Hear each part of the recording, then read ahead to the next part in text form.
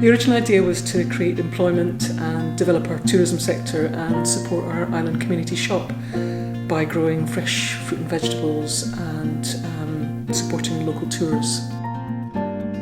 We managed to employ a ranger and a market gardener and set up a community garden project.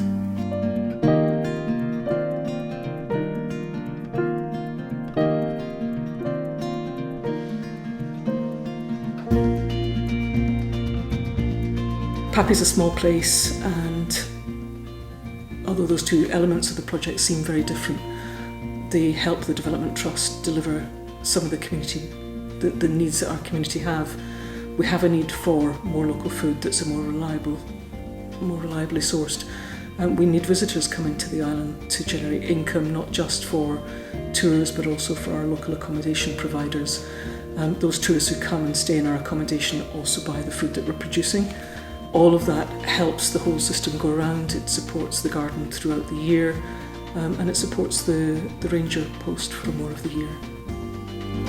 The Leader project has obviously given us time to develop things. I think you do need that, even 2 or 3 seasons.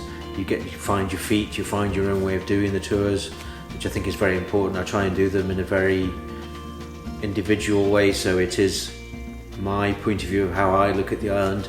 And that takes time to develop, and confidence as well. You need to get to know the island really well, to know the people, to know what's going on, and also to know your visitors as well. I think that's quite important, that you can be, from the minute that people arrive, you're very relaxed, you know what you're going to be doing during the day, and you're kind of able to answer as many questions as you can to the best of your ability, and to really know the island so that people really do get a genuine experience.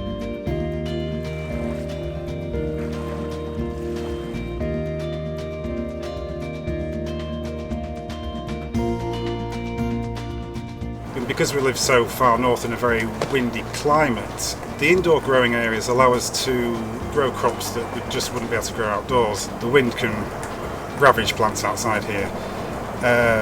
So the indoor growing area allows us to extend the season, but also to grow crops we just wouldn't be able to grow outside, such as fruit, peas, cucumbers and tomatoes, French beans and so on.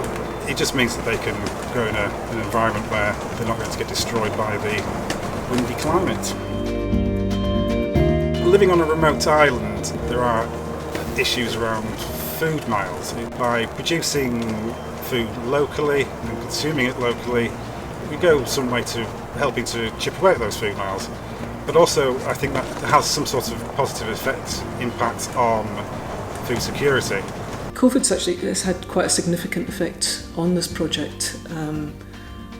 We've lost all of our tourism for this season, but the ranger has been able to continue to promote the island as a great place to visit and a great place to live, and that will really help us bounce back next year. And the market garden has been able to continue growing and providing the shop, which has been great when supplies and things were quite difficult to get for a while. So the project has been very valuable in spite of COVID. Almost from the very start, when we knew that we were stopping the tours, I was kind of focusing really on next year and saying to people, look, this is what's happening this year, this will happen next year, so why not come and see it? Out of a negative, we'll try and produce a positive.